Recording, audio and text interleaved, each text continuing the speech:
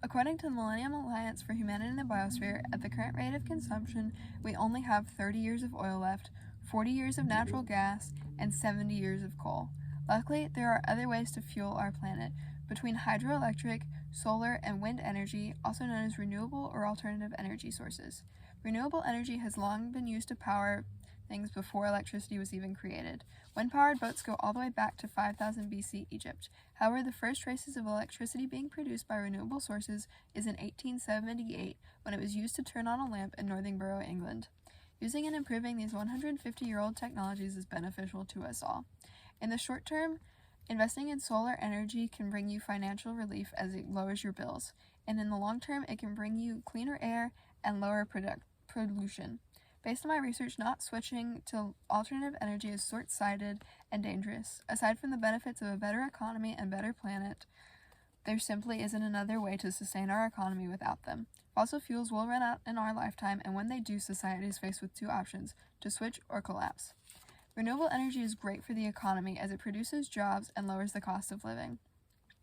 Once the correct systems are in place, renewable energy benefits us all. Buying solar panels is the easiest and most beneficial way for an individual to get into alternative energy. Editor for CNET Mike DeSocio says Jamie Hanigi, president of ADT Solar, told CNET that the average payback period in the U.S. is 6 to 12 years, with most households leaning closer to the latter. Since solar panels tend to be alive for 25 years, a person who invests in them can make double their money back in that time. Trevor Higgins, an editor for the Center of American Progress, writes that the report that thanks principally to the proposed investments in clean electricity, the average household should save $500 in energy bills. Along with lowering the cost of living, the mass migration to renewable energy will cause jobs through the creation of wind and solar farms. According to the Yale Center for Business and Environment, capital costs for the construction of renewable energy projects on public land have contributed over $13 billion to the economy since 1996. In the same article, they say that these jobs have created over 12,000 construction jobs and 1,700 operation and maintenance jobs. Aside from benefiting the human population, alternative energy is better for the planet as a whole. Renewable energy lowers carbon emissions, which heat up our planet and cause global warming. Global warming is causing more natural disasters each year. An analysis done by the National Oceanic and Atmospheric Administration by Matthew Sanders for Pew Trust shows in the first 20 years, 96 disasters caused more than $546.3 billion in damages and other costs.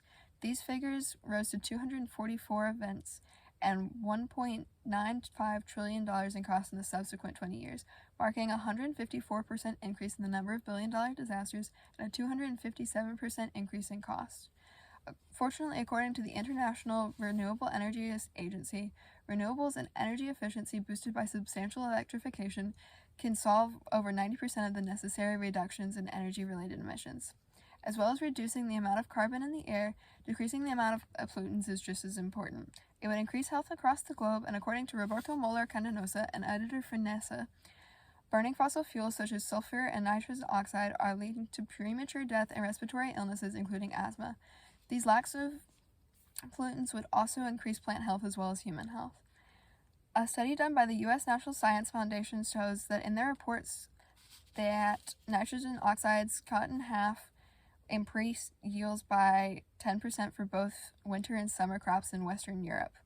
Nitrogen oxide is a chemical released by the exhaust of cars, trucks, and other vehicles. Even ignoring the benefits, we cannot sustain our world without other energy sources. This is due to our nation's focus on its gross domestic product rather than our planet. In an article written by Guetta Cuo, she estimates from the Bureau of Economic Analysis that an increase in GDP from this year of 2.2% shows that our America is not caring about fossil fuels, but instead about our economy.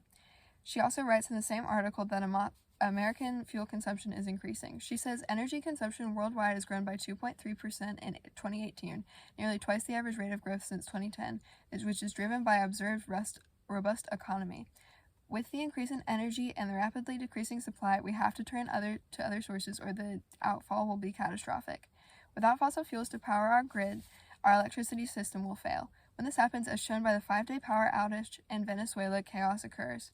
The Borgen project summarizes the losses as the economic losses triggered by this event to exceed $8 $100 million and led to the death of an estimated 46 people. When our grid fails, everyone suffers. But first, we have to make it to those 60 to 70 years, as we may wreak enough damage on our planet before that. Through pollution, mining, and deforestation, fossil fuels make the world more dangerous by the day.